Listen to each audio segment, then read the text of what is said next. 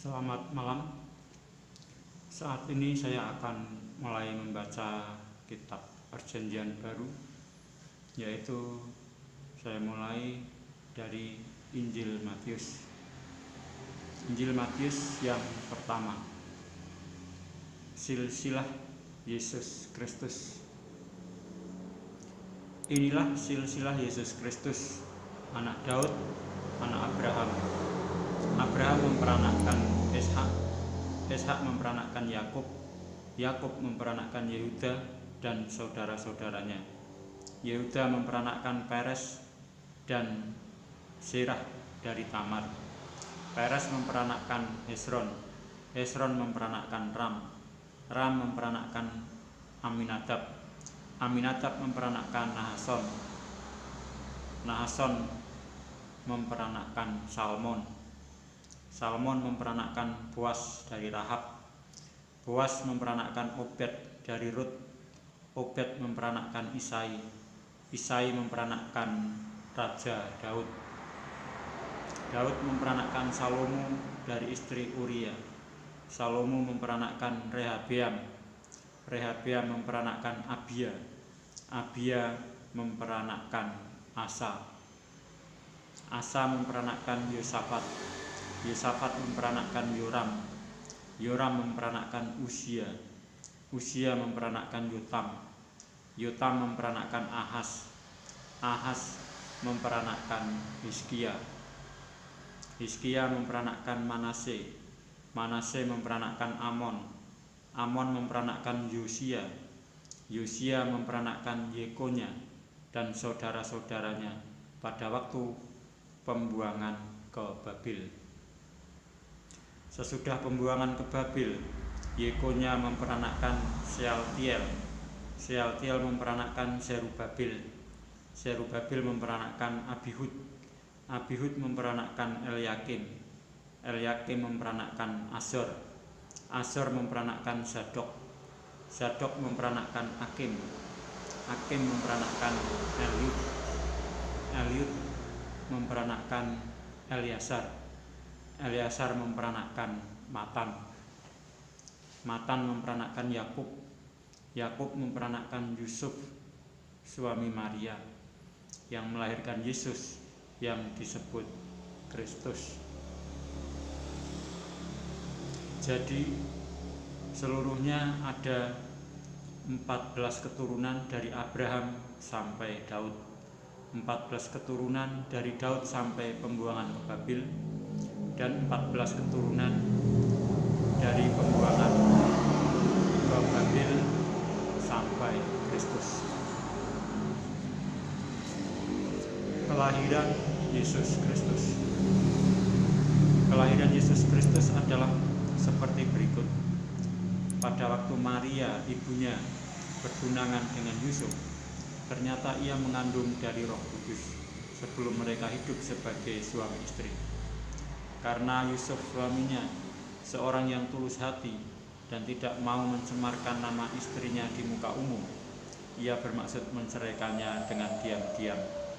Tetapi ketika ia mempertimbangkan maksud itu, malaikat Tuhan nampak kepadanya dalam mimpi dan berkata, "Yusuf anak Daud, janganlah engkau takut mengambil Maria sebagai istrimu, sebab anak yang di dalam kandungannya adalah dari Roh Kudus.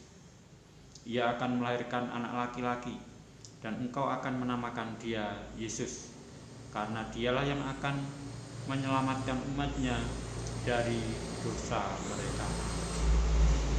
Hal itu terjadi supaya genaplah yang difirmankan Tuhan oleh Nabi, "Sesungguhnya anak darah itu akan mengandung dan melahirkan seorang anak laki-laki, dan mereka akan menamakan dia Immanuel," yang berarti Allah menyertai kita. Sesudah bangun dari tidurnya, Yusuf berbuat seperti yang diperintahkan malaikat Tuhan itu kepadanya. Ia mengambil Maria sebagai istrinya, tetapi tidak bersetubuh dengan dia sampai ia melahirkan anaknya laki-laki, dan Yusuf menamakan dia Yesus. Saya lanjutkan membaca Matius yang kedua. Orang-orang Majus dari timur. Sesudah Yesus dilahirkan di Betlehem di tanah Yudea pada zaman Raja Herodes, datanglah orang-orang Majus dari timur ke Yerusalem dan bertanya-tanya, "Di manakah dia, raja orang Yahudi yang baru dilahirkan itu? Kami telah melihat bintangnya di timur dan kami datang untuk menyembah dia." Ketika Raja Herodes mendengar hal itu, terkejutlah ia beserta seluruh Yerusalem. Maka dikumpulkannya semua imam kepala dan ahli Taurat bangsa Yahudi. Lalu dimintanya keterangan dari mereka di mana Mesias akan dilahirkan. Mereka berkata kepadanya, "Di Betlehem di tanah Yudea, karena demikianlah ada tertulis dalam kitab Nabi.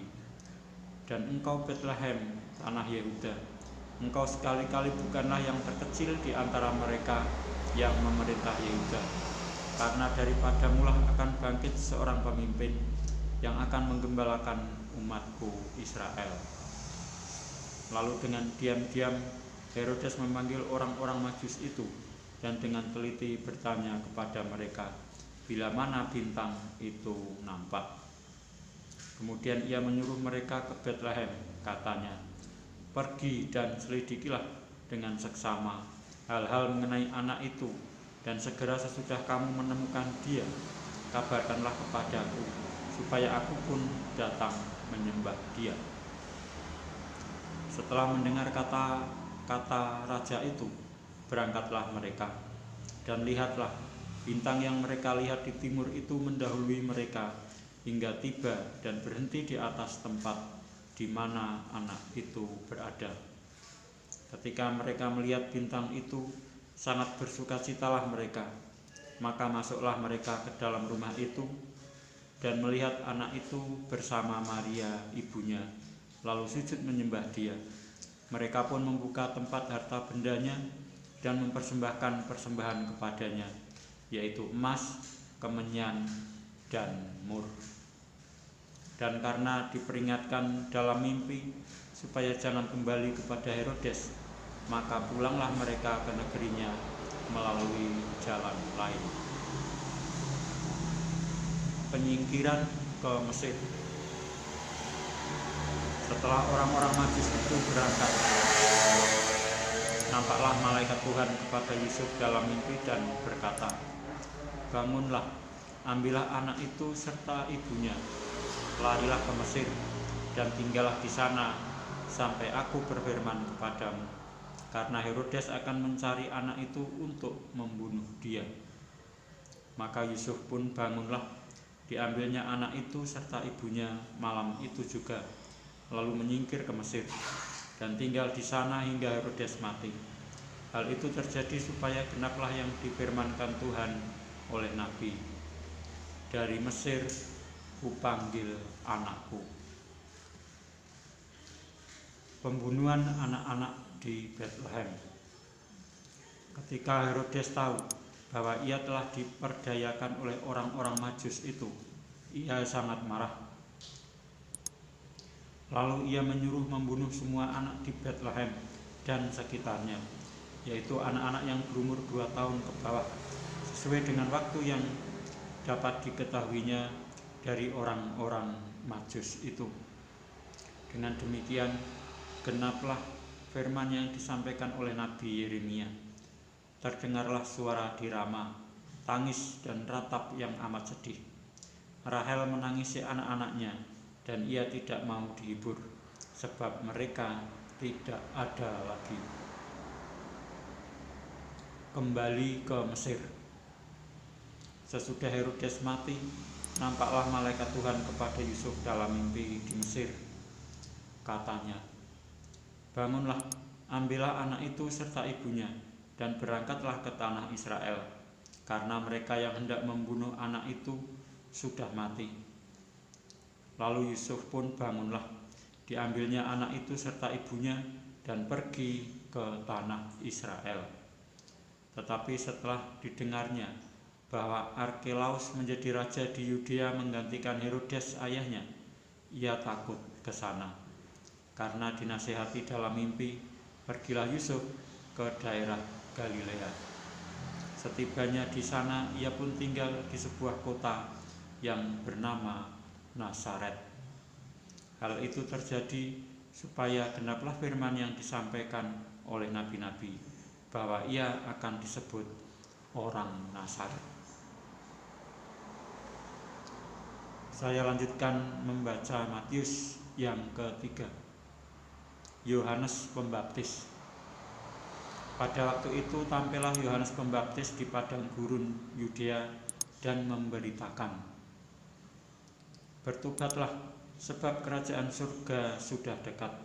Sesungguhnya dialah yang dimaksudkan Nabi Yesaya ketika ia berkata, ada suara orang yang berseru-seru di padang gurun, persiapkanlah jalan untuk Tuhan, luruskanlah jalan baginya.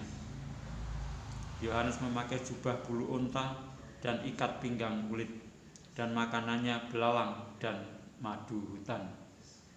Maka datanglah kepadanya penduduk dari Yerusalem, dari seluruh Yudea, dan dari seluruh daerah sekitar Yordan. Lalu sambil mengaku dosanya, mereka dibaptis oleh Yohanes di sungai Yordan. Tetapi waktu ia melihat banyak orang Farisi dan orang Saduki datang untuk dibaptis, berkatalah ia kepada mereka, hai kamu keturunan ular beludak, siapakah yang mengatakan kepada kamu bahwa kamu dapat melarikan diri dari murka yang akan datang? Jadi hasilkanlah buah yang sesuai dengan pertobatan, dan janganlah mengira bahwa kamu dapat berkata dalam hatimu, Abraham adalah bapa kami. Karena aku berkata kepadamu, Allah dapat menjadikan anak-anak bagi Abraham dari batu-batu ini. Kapak sudah tersedia pada akar pohon, dan setiap pohon yang tidak menghasilkan buah yang baik pasti ditebang dan dibuang ke dalam api. Aku membaptis kamu dengan air sebagai tanda pertobatan, tetapi ia yang datang kemudian daripadaku lebih berkuasa daripadaku, dan aku tidak layak melepaskan kasutnya. Ia akan membaptiskan kamu dengan Roh Kudus dan dengan api. Alat penampi sudah di tangannya. Ia akan membersihkan tempat pengirikannya dan mengumpulkan gandumnya ke dalam lumbung. Tetapi debu jerami itu akan dibakarnya dalam api yang tidak terpadamkan. Yesus dibaptis Yohanes. Maka datanglah Yesus dari Galilea ke Yordan kepada Yohanes untuk dibaptis olehnya. Tetapi Yohanes mencegah dia, katanya, akulah yang perlu dibaptis olehmu, dan engkau yang datang kepadaku. Lalu Yesus menjawab, katanya kepadanya, biarlah hal itu terjadi, karena demikianlah sepatutnya kita menggenapkan seluruh kehendak Allah. Dan Yohanes pun menurutinya. Sesudah dibaptis, Yesus keluar. Saya ulangi. Sesudah dibaptis, Yesus segera keluar dari air, dan pada waktu itu juga langit terbuka, dan ia melihat Roh Allah seperti burung merpati turun ke atasnya. Lalu terdengarlah suara dari surga yang mengatakan, inilah anakku yang kukasihi, kepadanya lah aku berkenan.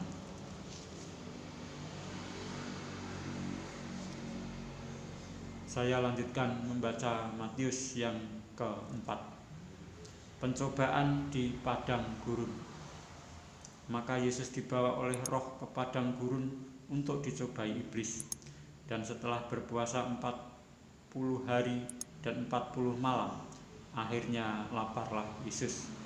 Lalu datanglah si pencoba itu dan berkata kepadanya, jika engkau anak Allah, perintahkanlah supaya batu-batu ini menjadi roti. Tetapi Yesus menjawab, ada tertulis, manusia hidup bukan dari roti saja, tetapi dari setiap firman yang keluar dari mulut Allah. Kemudian iblis membawanya ke kota suci dan menempatkan dia di gubungan bait Allah, lalu berkata kepadanya, "Jika engkau anak Allah, jatuhkanlah dirimu ke bawah, sebab ada tertulis, mengenai engkau ia akan memerintahkan malaikat-malaikatnya, dan mereka akan menatang engkau di atas tangannya, supaya kakimu jangan terantuk kepada batu." Yesus berkata kepadanya, "Ada pula tertulis, janganlah engkau mencobai Tuhan Allahmu." Dan iblis membawanya pula ke atas gunung yang sangat tinggi dan memperlihatkan kepadanya semua kerajaan dunia dengan kemegahannya, dan berkata kepadanya, "Semua itu akan kuberikan kepadamu jika engkau sujud menyembah aku." Maka berkatalah Yesus kepadanya, "Enyahlah iblis, sebab ada tertulis, engkau harus menyembah Tuhan Allahmu, dan hanya kepada Dia sajalah engkau berbakti."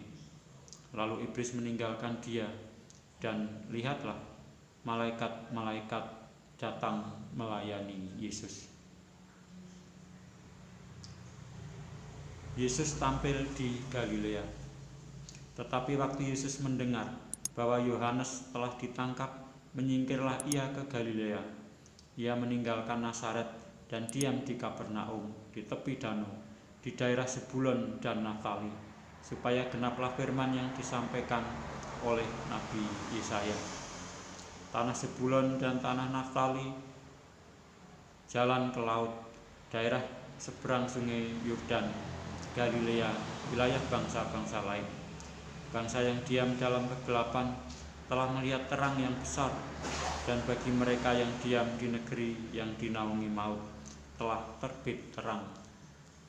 Sejak waktu itulah Yesus memberitakan, "Bertobatlah, sebab kerajaan surga sudah dekat."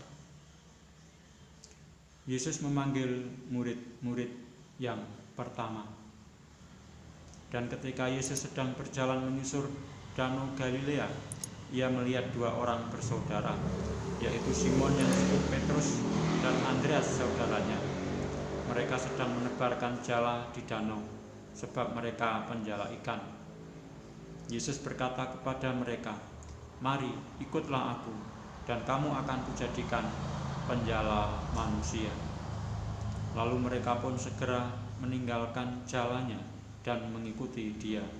Dan setelah Yesus pergi dari sana, dilihatnya pula dua orang bersaudara, yaitu Yakobus anak Zebedius dan Yohanes saudaranya, bersama ayah mereka Zebedius, sedang membereskan jala di dalam perahu.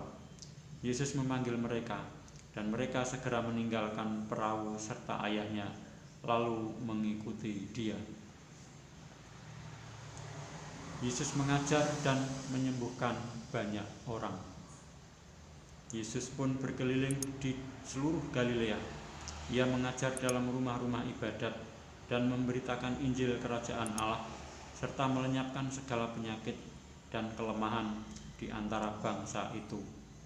Maka tersiarlah berita tentang dia di seluruh Syria, dan dibawalah kepadanya semua orang yang buruk keadaannya, yang menderita berbagai penyakit dan sengsara, yang kerasukan, yang sakit ayan, dan yang lumpuh. Lalu Yesus menyembuhkan mereka. Maka orang banyak berbondong-bondong mengikuti dia.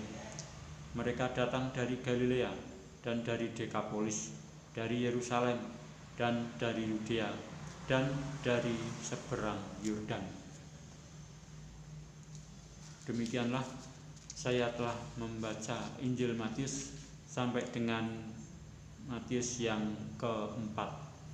Dan saya akan melanjutkan membaca Injil Matius berikutnya, yaitu Matius yang kelima, tentang khotbah di bukit pada kesempatan berikutnya.